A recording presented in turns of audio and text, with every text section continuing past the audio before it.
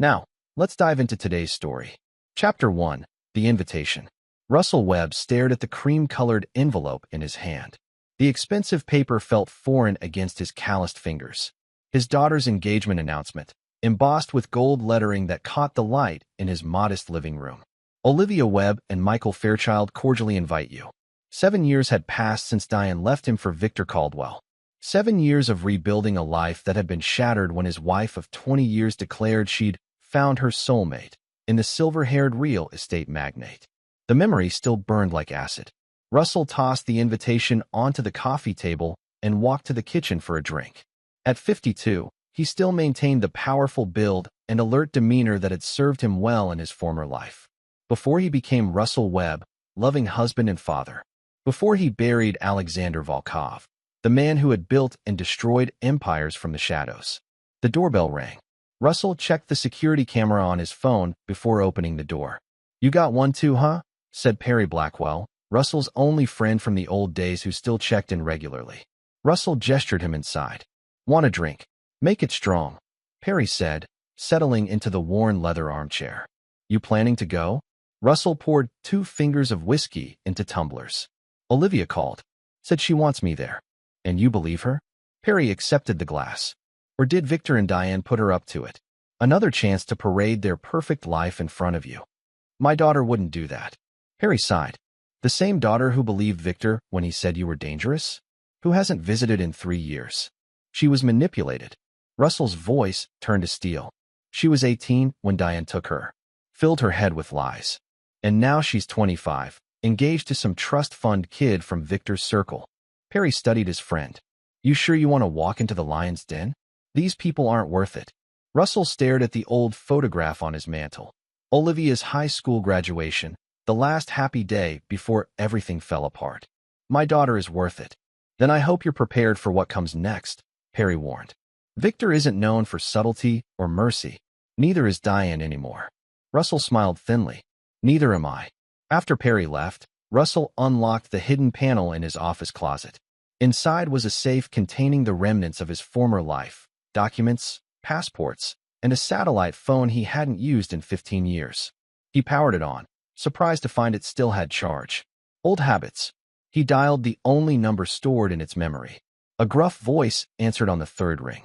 "This number is no longer in service." "The spider waits while the web trembles," Russell said, the code phrase feeling strange on his tongue after so many years. A pause. "Alexander? Is that you?" "Hello, Dmitri. I may need your services soon. I thought you were dead." That was the agreement. Russell's voice was emotionless. "Are you still in the business? For old friends like you?" "Always." Russell hung up and returned the phone to the safe. Just a contingency, he told himself. Just in case. Chapter 2. The Unwanted Guest. The Caldwell estate sprawled across 5 acres of prime real estate overlooking the city. Russell parked his modest sedan between a Bentley and a Ferrari, feeling distinctly out of place. Security guards with earpieces scrutinized the guests entering the mansion. Russell straightened his tie, the only one he owned, and approached. "Name?" asked the guard, tablet in hand. "Russell Webb." The guard's eyes widened slightly as he checked the list. "ID, please." Russell provided his license, enduring the guard's suspicious glare. Finally, he was waved through. The grand ballroom overflowed with the elite of society, politicians, celebrities, and business titans mingling beneath crystal chandeliers. String quartet music floated through the air as waiters circulated with champagne flutes and hors d'oeuvres. Russell accepted a drink and scanned the room. He spotted Diane immediately. She'd changed. The natural beauty he'd fallen in love with had been sculpted into something more artificial. Expertly highlighted hair, subtle cosmetic procedures, designer dress clinging to her still slender frame. She laughed brightly at something someone said, but Russell recognized the tension around her eyes. The same tension he'd seen when she was hiding something. "Mr. Webb." He turned to find a young woman with intelligent eyes and a genuine smile. "Tara Reynolds," she introduced herself. "Olivia's friend from college. She's told me a lot about you." "All bad, I assume." Russell's tone was light, but the question was serious. Tara looked uncomfortable. "Actually, she always spoke highly of you. Said you taught her to change her own oil and understand compound interest." Russell's expression softened. She remembered that? She remembers everything about before. Tara hesitated. Well, before the divorce. She's thrilled you're here, though she's nervous about how Victor will behave. How is she? Really? Tara glanced across the room. Happy about the engagement. Michael seems decent, but living in this world. She gestured to the opulent surroundings. It changes people. Sometimes I barely recognize the Olivia I knew in college. And Diane. Russell couldn't help asking. Mrs. Caldwell is. Tara chose her words carefully. Complicated. She maintains the perfect image, but there are rumors. Victor isn't always kind behind closed doors. Before Russell could respond, the crowd shifted, and he saw Olivia. His breath caught. She had her mother's beauty, but his intensity, the determined set of her jaw, the analytical gaze. Her engagement ring caught the light as she spoke animatedly to a young man who must be Michael Fairchild. As if sensing his presence, Olivia looked up. For a moment, Russell saw surprise, then what might have been relief in her eyes. She excused herself and made her way toward him. Dad, she said, stopping a few feet away. You came. You asked me to, he replied simply. I wasn't sure you would after. She trailed off. I'll always come when you call, Olivia. The words hung between them, weighted with years of absence. She stepped forward awkwardly for a hug. Russell enveloped her, noticing how she tensed before relaxing into the embrace. I've missed you, he said quietly. I've missed you too. She pulled back. Come meet Michael. As they turned, Russell caught Victor Caldwell's gaze from across the room. The silver-haired man's eyes narrowed, his perfect smile faltering for just an instant before he whispered something to Diane. She looked over, her face paling when she saw Russell with their daughter. Victor began moving through the crowd toward them, Diane reluctantly following in his wake. Olivia, Victor's voice boomed as he approached. The Hendersons want to congratulate you. Why don't you join them? His tone left no room for argument. He positioned himself between Russell and Olivia, his back to his stepdaughter. Webb, I don't recall seeing your name on the approved guest list. It was there, Russell said calmly. Right below daughter's father. Victor's smile didn't reach his eyes. A technicality I should have addressed. This is a celebration for family and friends. I qualify as both. Diane finally spoke, her voice brittle. Russell, please don't make a scene. No one's making a scene, Diane. Russell maintained eye contact with Victor. I came to congratulate my daughter on her engagement. Nothing more. You've done that, Victor said dismissively. Now I think it's best if you leave before you embarrass Olivia further. Russell noticed several nearby guests pretending not to listen. Olivia stood frozen beside Michael, who looked increasingly uncomfortable. The only embarrassment here is your behavior, Victor, Russell said quietly. Victor's face darkened. You think you can waltz in here and pretend to be part of this family? After everything. He stepped closer, lowering his voice. Let me make something clear. You're nothing here. A footnote. The sad loser Diane was smart enough to leave behind. Russell remained perfectly still, his expression unchanged. Victor, emboldened by Russell's silence, continued. Go back to your pathetic little life and stay there. Olivia has a real father figure now. She has me. Chapter 3. The Final Insult. Victor's smug satisfaction grew with each passing second of Russell's silence. The surrounding guests had created a bubble of space around them, pretending not to watch the confrontation while missing nothing. Nothing to say, Webb? Victor taunted. Not surprised. You never could stand up for yourself, could you? That's why Diane left. Why Olivia chose to come with us. Russell's gaze shifted to Diane, who looked away, unable to meet his eyes. Then to Olivia, whose expression had transformed from embarrassment to something approaching horror. Dad, she started to say, moving toward them, but Victor raised his hand to stop her without even looking back. Stay where you are, Olivia. Your mother and I will handle this. Victor turned back to Russell. Now, as I was saying, Russell cut him off. I'd like to speak with my daughter. That's not happening. Victor stepped directly into Russell's path. You're nothing to her anymore, loser. She doesn't want to see you. The words echoed in the sudden silence. Victor laughed, clearly enjoying the power play. Behind him, Diane placed a restraining hand on his arm. Too late. Michael moved to Olivia's side, his expression darkening as he witnessed Victor's behavior. Russell didn't raise his voice, didn't clench his fists. The complete absence of reaction seemed to unnerve Victor more than any outburst could have. I understand, Russell said finally. He reached into his pocket and extracted his phone. If you'll excuse me. He turned and walked a few paces away, dialing a number from memory. It's me, he said quietly. Execute protocol severance. Full spectrum. Yes, immediately. He pocketed the phone and walked toward the exit without looking back, ignoring the whispers that followed him. Diane hurried after him, catching him in the foyer. Russell, wait. Her voice trembled. That was uncalled for. Victor just gets protective sometimes. Does he protect you the same way? Russell asked, noting the almost imperceptible flinch his words produced. What's that supposed to mean? You know exactly what it means. He studied her face. Was it worth it, Diane? Trading 20 years of marriage for this gilded cage? I'm happy, she insisted, but the words rang hollow. If you say so. Russell turned to leave. What was that call about? Anxiety crept into her voice. Russell paused at the door, just catching up with an old friend. Inside the ballroom, the party had resumed its rhythm when a commotion erupted near the main entrance. Bradford Fairchild, Michael's father and CEO of Fairchild Technologies, was engaged in an intense phone conversation, his face ashen.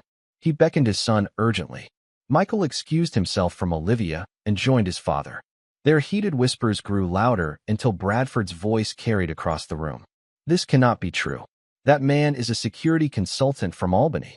Michael's reply was inaudible, but his expression shifted from confusion to disbelief. Victor approached them, champagne in hand, oblivious to the tension. Bradford, just the man I wanted to see about that investment opportunity we discussed. Bradford stared at Victor as if seeing him for the first time. Stay away from my son and my company. He turned back to Michael. We're leaving. Now. The room fell silent as Michael walked woodenly back to Olivia. His face had hardened into an unreadable mask. Michael. Olivia reached for his hand. What's wrong? Who is your father, Olivia? Michael asked, his voice strained. Who is he really? What? He's Russell Webb. You know that. A security consultant. Confusion filled her eyes. No. Michael shook his head. That's not who he is. He pulled the engagement ring from his pocket and placed it on the table between them. I can't do this. You never told me who your father really was. He turned and walked away, following Bradford toward the exit. Olivia stood frozen, the abandoned ring glittering under the chandelier lights. She turned to Victor and Diane, her voice breaking. What is he talking about? What did you do? Victor's face had lost its color. Your father is obviously spreading lies to sabotage your happiness. What lies? Olivia demanded. What could possibly make Michael walk away like that? Victor had no answer. For the first time, uncertainty flickered in his eyes. In the parking lot, Russell sat in his car, watching the Fairchild's departure through his rearview mirror. His phone buzzed with a text message. Phase 1 complete. Subject's background disseminated to Fairchild Sr. Awaiting further instructions. Russell started the engine. The old, familiar coldness had returned, the detachment that had once made him so effective, so feared. 7 years of playing the defeated ex-husband, the abandoned father, had finally reached its endpoint. Now we begin, he said to the empty car, and drove away from the ruins of his daughter's engagement party. Chapter 4. The Man Behind the Mask. 3 days after the disastrous engagement party, Russell sat in a nondescript diner on the outskirts of town. The vinyl booth squeaked as Perry Blackwell slid in across from him. Jesus, Alexander, Perry whispered, reverting to Russell's original name. When you said you might need contingencies, I didn't think you'd blow up your daughter's engagement. I didn't intend to, Russell admitted, stirring his coffee. But Victor crossed a line. So you revealed yourself to Bradford Fairchild? Do you know the risk you've taken? Perry leaned closer. You've been Russell Webb for 15 years. Your old identity was buried for a reason. Russell's expression remained impassive. Bradford needed to know who his son was marrying into. I simply had Dimitri inform him. About what exactly? That before I was Russell Webb, security consultant and family man, I was Alexander Volkov. That I specialized in untraceable corporate dismantling and reputational destruction for clients who could afford my services. That I've been directly responsible for the fall of at least 7 Fortune 500 CEOs. Perry paled. You told him everything? Just enough. Bradford has his own skeletons. He'll keep quiet to protect Michael from the fallout. Russell took a sip of coffee. Besides, Victor forced my hand. And Olivia? What about her? Something flashed in Russell's eyes, a momentary crack in his composure. She'll understand eventually. She'll hate you for destroying her engagement. She already chose Diane and Victor over me years ago. I have nothing more to lose. Russell placed several photographs on the table. Victor Caldwell has built his empire on facades, financial, social, personal. I intend to dismantle each one systematically. Perry examined the photos, Victor with various business associates, building plans, financial documents. This is extensive surveillance. I've been watching him for 7 years, gathering information, learning his weaknesses. Why wait until now? Russell's jaw tightened. I wanted Olivia to have her chance at happiness, even if it meant accepting Victor in her life. I stayed away, played the role of the defeated ex-husband. But when Victor humiliated me in front of her, he sent a message that I'm worthless, that my presence hurts Olivia. He paused. It's time to send my own message. Perry studied his friend. This isn't just about Victor anymore, is it? It's Diane too. Diane made her choice, Russell said coldly. She wanted his money, his status. She gets to enjoy the collapse alongside him. And what about your old promises? Your vow to leave that life behind. That vow was to protect my family. Russell's voice hardened. I don't have a family anymore. The bell above the diner door jingled as a young woman entered. Olivia. She spotted her father immediately and approached, her face a mask of controlled fury. Excuse us, she said to Perry, who nodded and vacated the booth. How did you find me? Russell asked as she sat down. I remembered you liked this place. Olivia's hands trembled slightly. What did you do? Michael won't return my calls. His father has hired security to keep me away. Russell met her gaze steadily. I made a phone call. To whom? Saying what? When Russell didn't immediately answer, she continued. Do you hate me that much? Was this punishment for staying with Mom after the divorce? I have never hated you, Olivia. Not for a moment. Then why destroy my engagement? Russell considered his next words carefully. Sometimes the truth is destructive all on its own. What truth? That's what no one will tell me. Her voice rose, drawing glances from other patrons. Ask your mother. Russell's tone remained even. Ask her who I was before I met her. Ask her what she really knows about me. I'm asking you. And I'm not ready to tell you. Olivia's eyes filled with angry tears. 7 years of barely speaking to me. And now you've ruined the most important relationship in my life. Was it worth it, Dad? The word, Dad, hit Russell harder than he expected. You'll understand someday. I understand perfectly now. She stood abruptly. Stay away from me. From all of us. Russell watched her leave, her parting words echoing those he'd heard countless times from targets whose lives he'd systematically dismantled. The familiar emptiness settled over him, the void where emotion should exist. His phone vibrated with a message from Dimitri, Phase 2 ready. Waiting for your green light. Russell typed his response. Begin. Chapter 5. Pieces on the board. The headquarters of Caldwell Properties occupied the top 10 floors of a downtown skyscraper, its logo emblazoned in gold against the glass facade. In the executive suite, Victor Caldwell paced before floor-to-ceiling windows, phone pressed to his ear. What do you mean, withdrawn? The Fairchilds committed to that investment last month. His face contorted with rage. Well, get Bradford on the phone and fix it. He hurled the phone across the room, narrowly missing his assistant who had entered with a stack of documents. More problems? Asked a voice from the doorway. Lawrence Bishop, Victor's business partner and childhood friend, leaned against the frame, arms crossed. Bradford Fairchild is backing out of the River Heights development. $40 million gone. Victor collapsed into his chair. First his son breaks off the engagement with Olivia, now this? Something's not right. Maybe it's related to the calls I've been getting, Lawrence said carefully. 3 of our investors have asked for emergency audits this week alone. Victor's head snapped up. Who? Martinson Group, Apex Capital, and Hamilton Trust. Impossible. They can't just demand. Actually, they can. The language is in their contracts. Lawrence approached the desk. Victor, what's going on? These are institutional investors who've been with us for years. Suddenly, they're all spooked. Victor loosened his tie. It's market jitters. Nothing more. Is it? Lawrence placed a folder on the desk. These arrived this morning. Anonymous, sent to my personal address.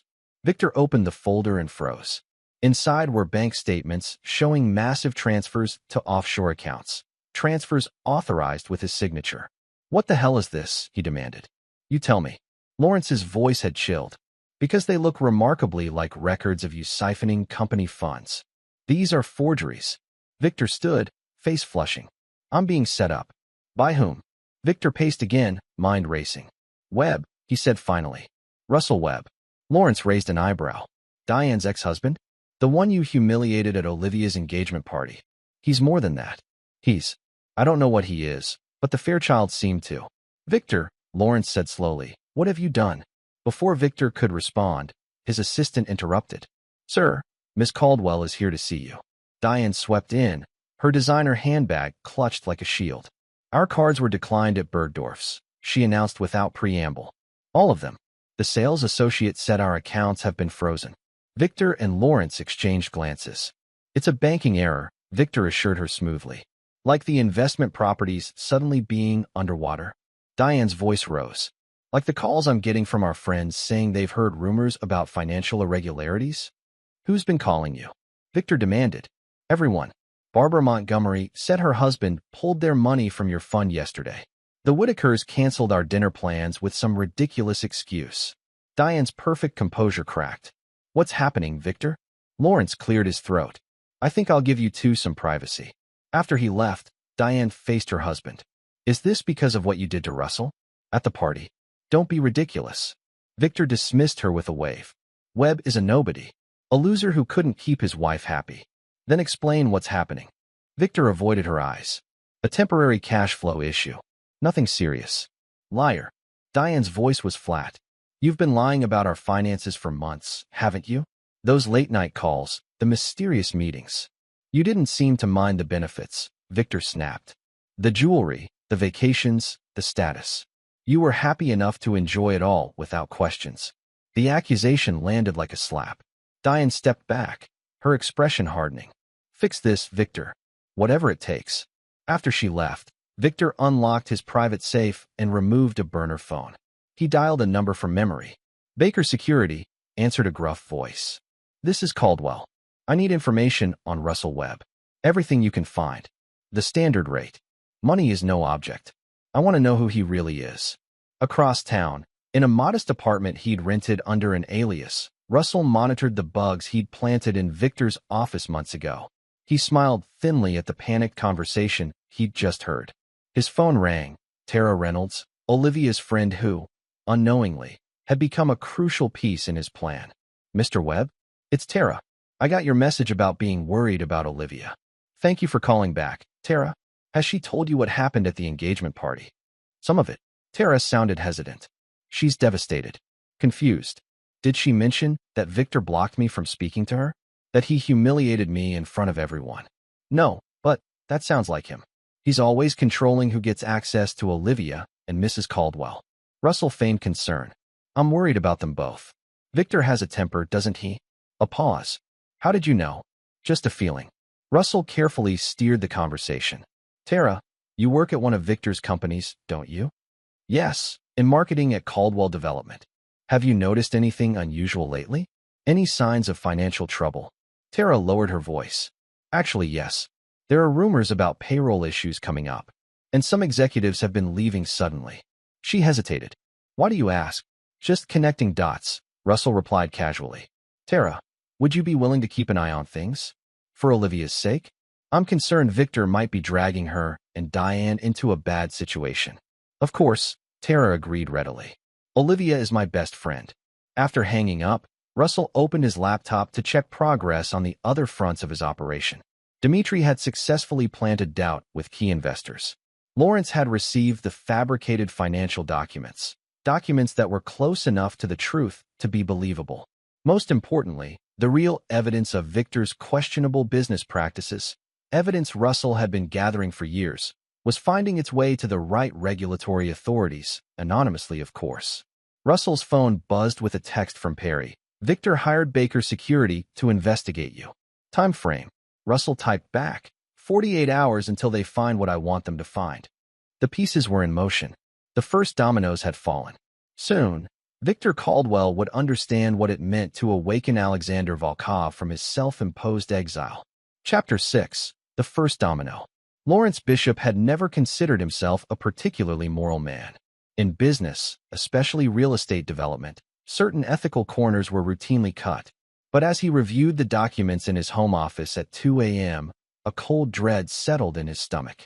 The anonymous files detailed systematic fraud across Caldwell Properties' portfolio, inflated valuations, double-booked assets, phantom investors.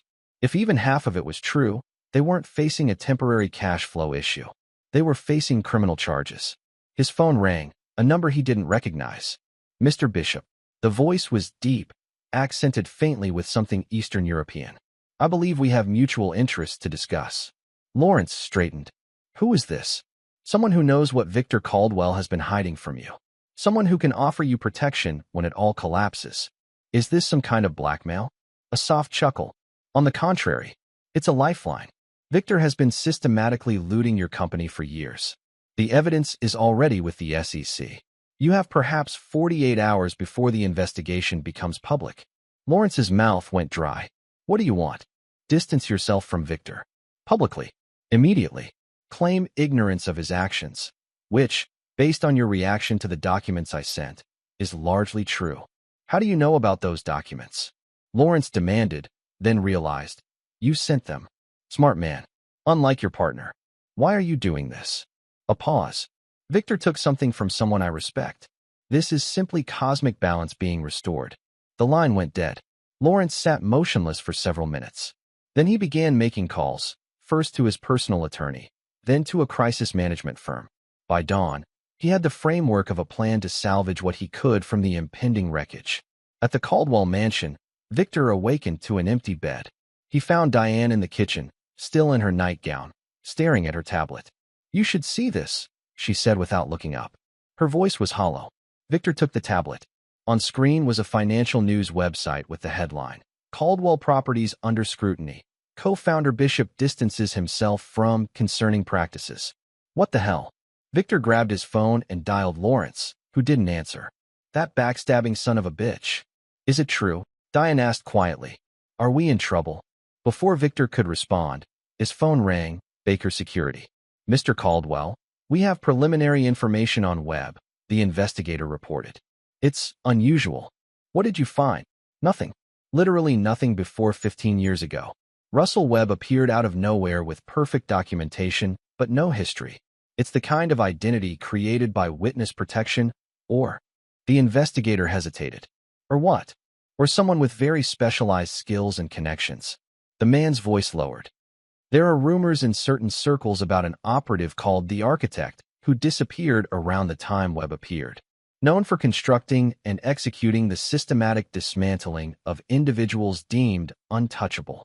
Victor's blood ran cold. Are you saying Webb is this Architect? I'm saying it's a possibility you should consider. My advice? Whatever you did to anger this man, undo it.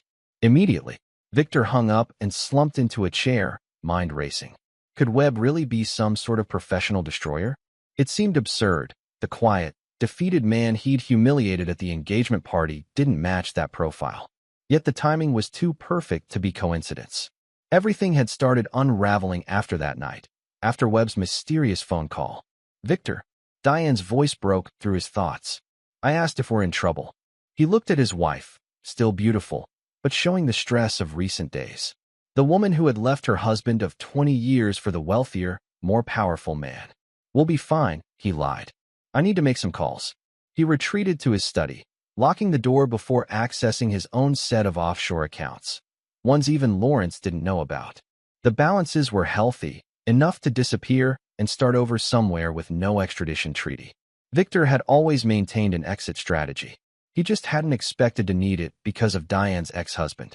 His computer screen suddenly went black, then displayed a single message. Remember the man you called a loser? He remembers you. Victor stared at the words, a chill running down his spine. He reached for the panic button under his desk, the one connected directly to his security team. Nothing happened. No response. His phone buzzed with a text from an unknown number. They can't help you. Victor rushed to the window and drew back the curtain. The security guards normally stationed around the property were gone. He was alone in the house with Diane, completely exposed. For the first time in decades, Victor Caldwell felt genuine fear. Across town, Russell sat with Perry and Dimitri in the rented apartment, monitoring the surveillance feeds from the Caldwell mansion. Victor's panic was palpable even through the cameras. Phase 2 complete, Dmitry noted with professional satisfaction. His business reputation is in free fall. Lawrence Bishop has fully separated himself. The SEC investigation launches officially tomorrow. And the personal accounts? Russell asked. Flagged with multiple agencies, Perry confirmed. He can't access his exit strategy funds. We've effectively trapped him. Russell nodded. Begin Phase 3. Are you sure? Perry looked concerned. Phase 3 directly impacts Diane and Olivia as well. They chose him, Russell said coldly. They can share his fate. Alexander. Dmitry said carefully, using Russell's original name. You've accomplished your goal. Victor is ruined. Is the rest necessary? Russell's expression remained impassive. Victor didn't just steal my wife. He poisoned my daughter against me, made me a stranger in her life. This isn't just about punishment, it's about truth. They all need to see who Victor really is, who I really am. He stood and walked to the window, looking out at the city below. And most importantly, they need to understand that betrayal has consequences. Consequences that can't be undone with apologies or regrets. Perry and Dmitry exchanged glances, but said nothing.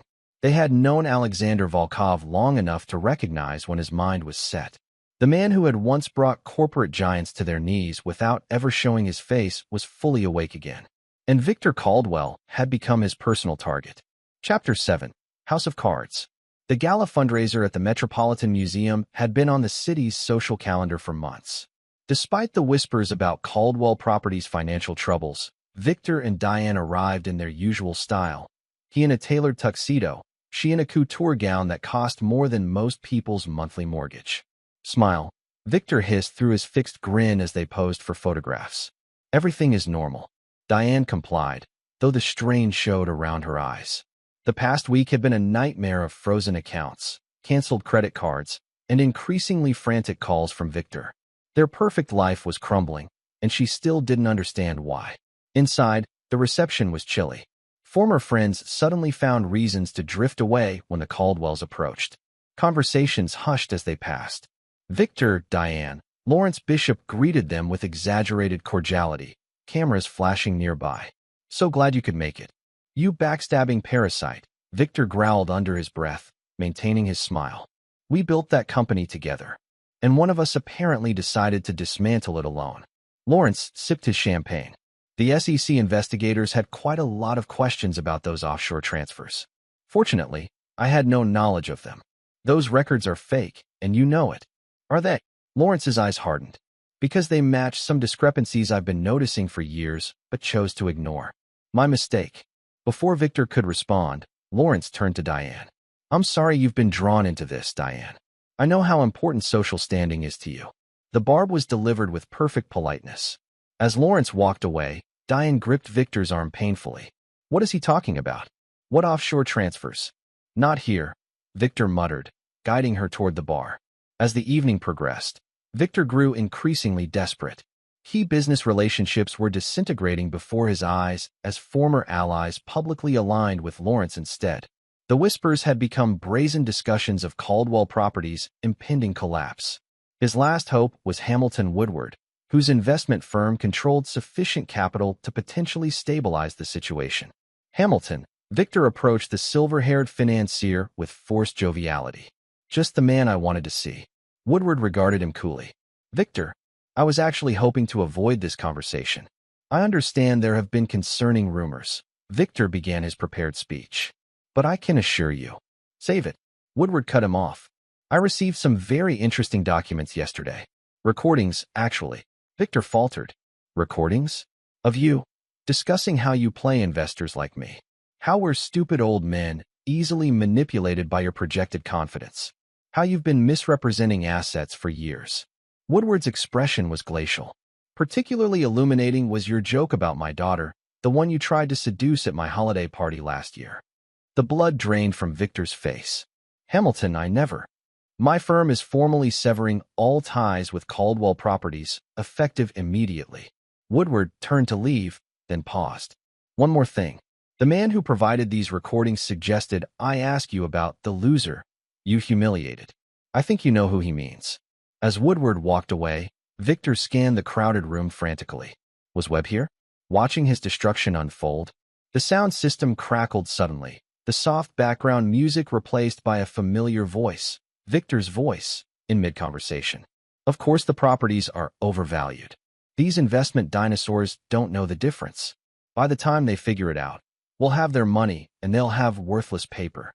The room fell silent as the recording continued, revealing Victor's contempt for investors, partners, even charity organizations they'd claimed to support. Victor lunged for a nearby server. Who's controlling the sound system? Shut it off. But the damage was done. Hundreds of influential people stared at him with expressions ranging from shock to disgust. Diane had disappeared from his side. He found her in the coat check area, hands shaking as she gathered her things.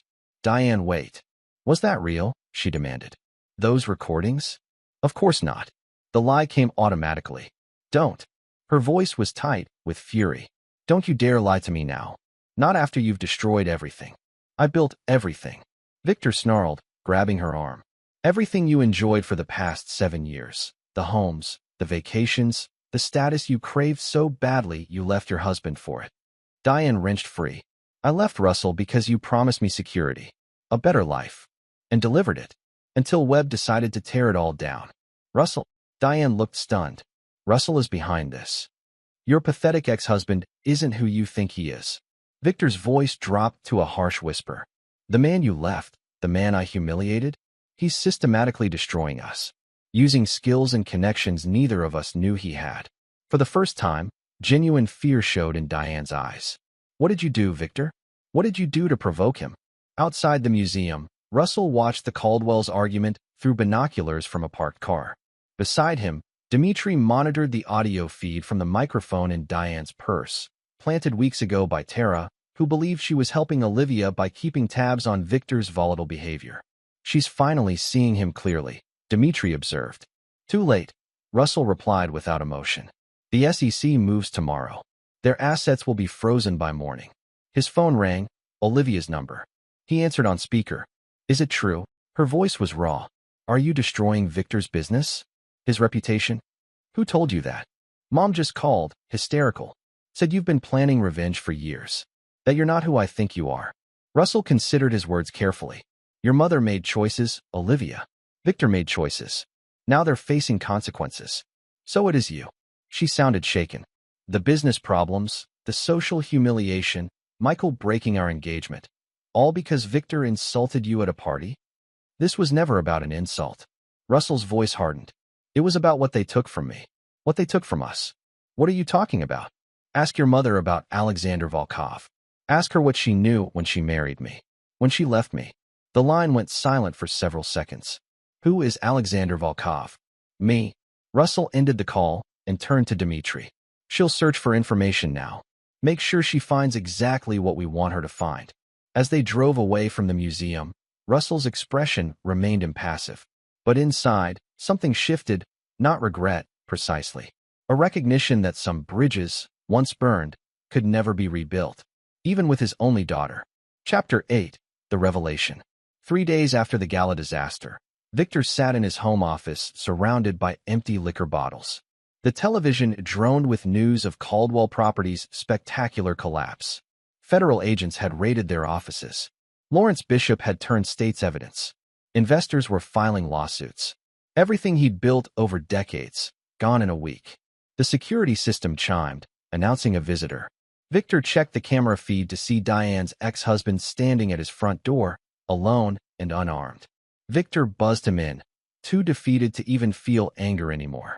Russell entered the office without knocking, his presence filling the room despite his casual attire.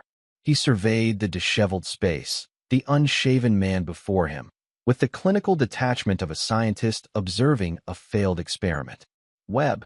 Victor attempted bravado. Or should I call you Volkov? Either works. Russell remained standing, though only one of those men officially exists. What do you want? Come to gloat over your handiwork? Just to deliver a message. It's not over. Victor laughed bitterly. What's left to take?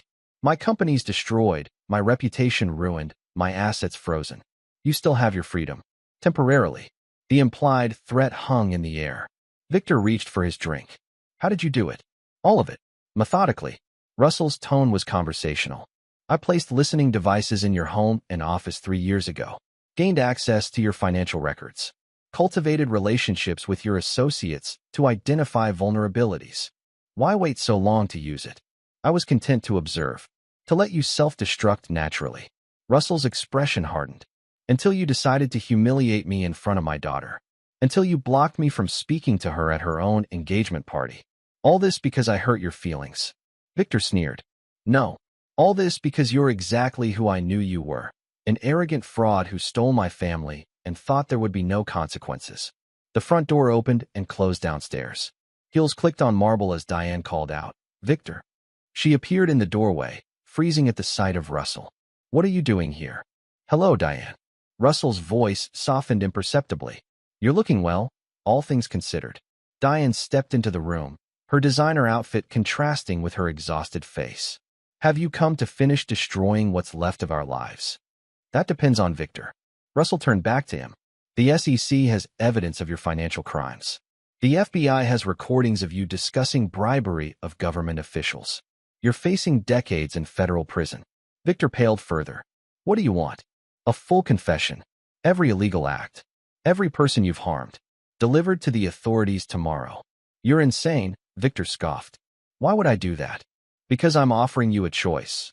Confess and receive a reduced sentence, or resist and watch as additional evidence emerges implicating Diane as a knowing accomplice. Diane gasped. You wouldn't. Russell turned to her, his expression unreadable. Wouldn't I? You chose this man over our 20-year marriage. You helped turn Olivia against me. Why should I protect you now? Because you loved me once, Diane whispered. Love? Russell repeated the word like it was foreign. Did you think about love when you were planning your exit strategy? When you were transferring funds to your private account months before you left? Victor looked at Diane sharply. What private account? The one she opened 6 months before leaving you, Russell informed him. She'd been methodically preparing to leave you for over a year, Russell. Finding ways to maximize her position for the divorce. Diane shook her head frantically. That's not. Don't bother denying it. Russell cut her off. I have the bank records, the lawyer consultations, everything. You weren't Victor's victim, Diane. You were his willing accomplice. In fact, you approached him first. Victor stared at Diane with dawning comprehension. You told me you were unhappily married. That Russell was controlling, possibly dangerous. She needed a justification, Russell explained dispassionately. A narrative that made her the victim rather than the betrayer. Is this true? Victor demanded. Diane's silence was answer enough. Russell continued. I'm not here to repair your broken relationship. I'm here to deliver terms. Victor confesses to everything tomorrow, leaving Diane's name out of it, or I ensure you both face maximum consequences. Why would you protect her at all? Victor asked. I'm not protecting Diane. I'm protecting Olivia from seeing both her parents destroyed. Russell checked his watch. You have until noon tomorrow to decide. As he turned to leave, Diane followed him into the hallway. Russell, wait. Please. He paused but didn't turn. I made a terrible mistake, she said, her voice breaking. I see that now. Victor isn't who I thought he was. Neither am I, apparently, Russell replied coldly. It's not too late for us. Diane reached for his arm. We could start over. I still care for you. Russell finally turned, his eyes revealing nothing. 7 years ago, I would have given anything to hear those words. I would have forgiven everything. And now, hope flickered in her eyes. Now I see you clearly. You're not returning to me because you love me. You're running from the consequences of your choices. He gently removed her hand. There is no us anymore, Diane. There never will be again. He walked away, leaving her alone in the hallway of the mansion that would soon no longer be hers. Outside, Russell sat in his car, allowing himself a moment of quiet reflection. His phone buzzed with a message from Olivia. I know who Alexander Volkov is now. We need to talk. Chapter 9, No Forgiveness. The small waterfront park was deserted in the early morning light. Russell sat on a bench overlooking the harbor, watching sailboats rock gently in their slips. This had been Olivia's favorite place as a child, where he'd taught her to skip stones and identify different birds. He sensed her presence before seeing her. She sat beside him, maintaining careful distance. Did he confess? She asked without preamble. Yes. This morning, to federal authorities. He'll likely serve 5 to 7 years. Russell kept his gaze on the water. Your mother was excluded from the charges. You're doing? Yes. Olivia exhaled slowly. I spent all night researching Alexander Volkov. There isn't much to find, but what exists is terrifying. It was a different life. You were a professional destroyer. Her voice held a mix of disbelief and awe. They called you the architect because you designed custom destruction for powerful people's enemies. Russell nodded. A specialized skill set. You disappeared 15 years ago, right before you met Mom. I wanted out. A normal life. Family. Russell finally looked at her. I buried Alexander as completely as possible. Became Russell Webb with help from people who owed me favors. Did Mom know who you really were? Not at first. I told her after we were married, when she was pregnant with you. She accepted it, or seemed to. Olivia processed this. And when she left you, she used that knowledge as leverage. Implied she might reveal my past if I fought too hard for custody. A muscle tightened in Russell's jaw. She knew exactly how to ensure I'd back down. So you let us go? I let you both go to protect you from my past, and then watched as Victor systematically turned you against me. Olivia stared at her hands. I believed him. Believed Mom when they said you were unstable, potentially dangerous. They weren't entirely wrong. But you weren't what they described either. She looked up, eyes glistening. They took away my father. And now you've taken away my mother's husband, my fiancé. Michael left on his own once he learned the truth. Because you made sure he learned it. Olivia's voice rose. Was that necessary? Destroying my relationship too? Russell met her gaze steadily. Michael deserved to know who his future father-in-law really was. The choice to leave was his. And now? What happens now that you've destroyed everything? Victor pays for his crimes. Your mother starts over. And you? Russell hesitated. You live your life free from their manipulation. What about us? Can we repair what was broken? The question hung between them, weighted with 7 years of estrangement. Russell considered his response carefully. I will always be your father, Olivia. That never changed. He paused. But trust, once broken, isn't easily rebuilt. You chose to believe the worst about me without question. You accepted their narrative because it was convenient. I was 18, she protested. Confused, hurt. And in the 7 years since, the unanswered calls, the returned letters. Russell's voice remained calm but firm. You made choices too. Tears spilled down Olivia's cheeks. So there's no forgiveness? No second chance. This isn't about forgiveness. It's about recognition. Russell stood, looking out at the harbor. Some damage can't be undone. Some betrayals leave permanent marks. What about Michael? Could you speak to him? Explain. Russell shook his head. That's not my responsibility. If he truly loved you, knowing your father's identity wouldn't have changed that. So I lose everything because of who you are? No. Russell's voice hardened slightly. You lose nothing because of who I am. The consequences you're facing come from the choices made by your mother, by Victor, and yes, by you. He turned to leave, then paused. For what it's worth, I never stopped loving you, Olivia. Even when you stopped believing in me. Russell walked away, his steps measured and deliberate. Behind him, Olivia remained on the bench, face in her hands. The final phase of his plan was complete. Victor would serve his sentence. Diane would rebuild from nothing, without the wealth and status she'd betrayed her family to obtain. Olivia would find her own path, perhaps wiser about human nature. And Russell Webb, or Alexander Volkov, depending on who was asking, would continue his solitary existence, neither hiding nor flaunting his true nature any longer. As he drove away from the waterfront, his phone rang. Perry's number. It's done, Russell answered without preamble. Are you satisfied? Perry asked. Russell considered the question. Satisfaction implied he'd been seeking emotional resolution. What he'd executed wasn't about feelings. It was about justice, cold and precise. Justice was served, he replied finally. And your daughter? Any reconciliation? No. Russell's tone was final. Some bridges can't be rebuilt. What will you do now? Russell glanced at the safe house address Dimitri had texted him. A place to lie low while the media frenzy around Victor's confession died down. Continue, he said simply. Just continue. The sun rose higher over the city skyline as Russell drove toward his uncertain future. Behind him lay the wreckage of those who had betrayed him, not destroyed in a burst of vengeful rage, but dismantled with the precise, methodical skill that had once made Alexander Volkov legendary. The man they had called a loser, the man they had dismissed and humiliated, had shown them exactly who he was, and who he had always been. This is where our story comes to an end. Share your thoughts in the comments section. Thanks for your time. If you enjoy this story, please subscribe to this channel. Click on the video you see on the screen, and I will see you there.